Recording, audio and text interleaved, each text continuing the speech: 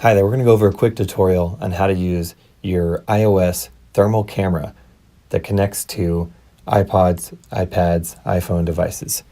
So initially what we're going to do is use FLIR One, which is the actual camera app. So I'm going to tap on that, and then it's going to say plug in your camera. Rather than have it face up, which is probably your first inclination, you actually want to have this facing down because you want to look at the screen and have the camera face away from you. We're going to turn the device on, and we'll show you which apps you're going to use. FLIR One, this one right here, is what actually takes pictures. FLIR Tools is what you use to build a report. And so let's start off with FLIR One. And it's going to say plug in your FLIR One to see the heat. So what we're going to do is take our device, stick it into the bottom of the lightning jack here,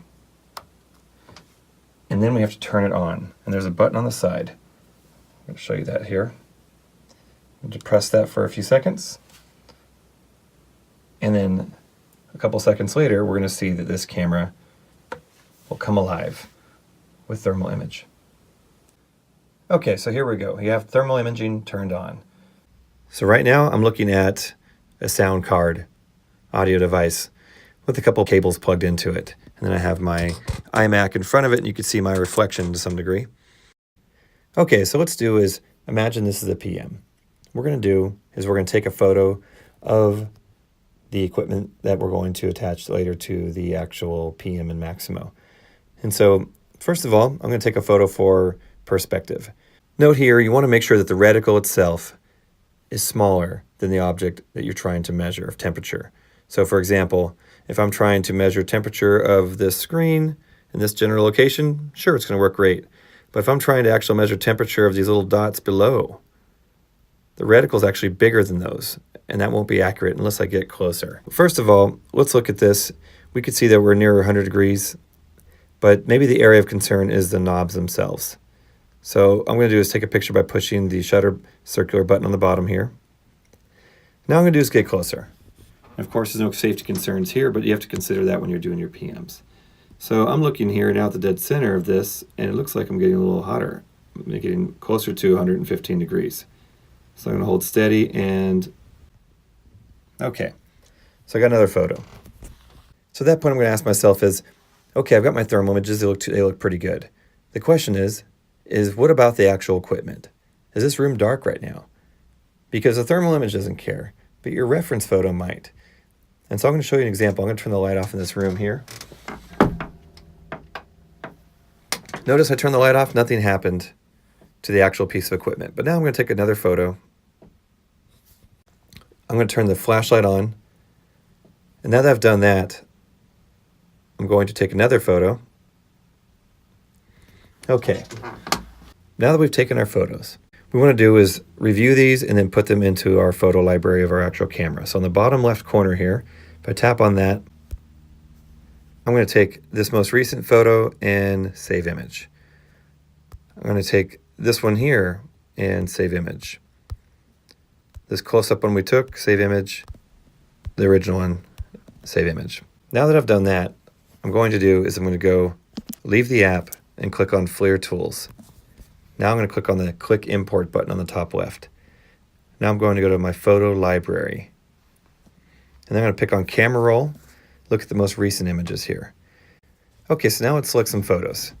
If I remember correctly, I think it's this one, that one, that one, that one, that one, and that one. I'm going to click on Done. Okay, so now under Import 3, I've got 6 images in there. And I'm going to select all of these to be part of my report. So I'm going to click on the report bottom here and say Create Report. Using the speech to text feature on the iOS device, I'm going to save my fingers from having to type all this, and I'm just going to say thermal image reference work order 1, 2, 3, 4. And then under notes, I'm going to put some notes in here such as this is a report to illustrate how to use thermal camera on iOS device. Notice that there is the thermal images and also the original image itself. Click Create on the top right corner here. So here we are on page 1. Notice there is plenty of parameter details as well as both the thermal image and the actual image. Moving to page 2, notice what happens to the regular photo. The reason why it's dark is because we had the lights off.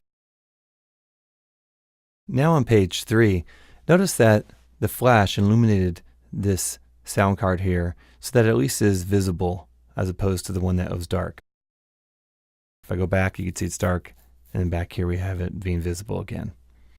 Notice that each page of the report has a notes box where you can put in some detailed information for that specific photo.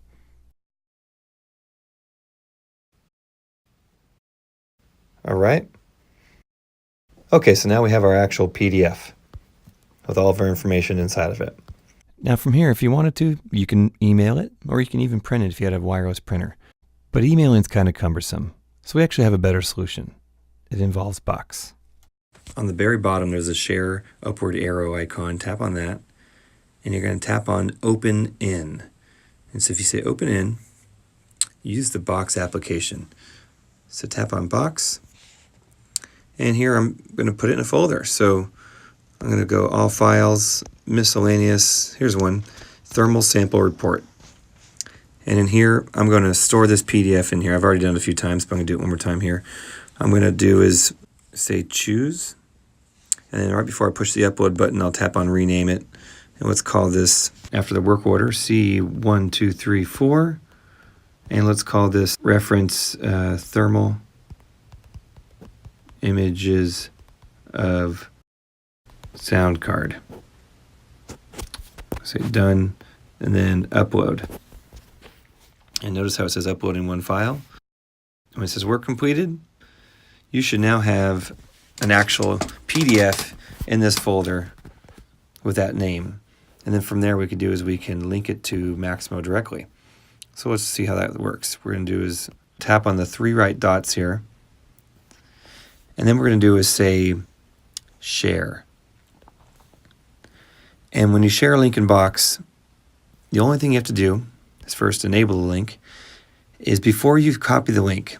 This link by default is very secure so that we don't reveal any kind of health protective information, etc. But this isn't proprietary. This is just basically a report to show everything's all good. So what we're going to do is we're going to change accessible to people in this folder to people with a link. This allows anyone on any device to open it up as long as they have this link. And might as well allow them to download it. And then we're going to say share link, and then we're going to copy that link. Okay, now that the link is copied to the clipboard, all we have to do is paste that as an attachment in Maximo. I know, it sounds like a lot, but it's actually not too tough. Here's how you do it. Okay, so here we are in Maximo. And granted, we're on the phone, so it looks pretty squashed. But if you were in the desktop, you would just click on the little paper clip here and add new attachment, and then click on add new web page. And then you're going to click specify URL. Double tap, paste, and we'll just call this a test PDF of thermal images. It's called a test report. And then we're going to click on OK. And then in the future, if someone taps on the View Attachments, they'll see Test Report PDF of Thermal Images. They'll tap on that, and here we are, right into the actual report here that we created. Okay, I hope that helps. Thanks for watching.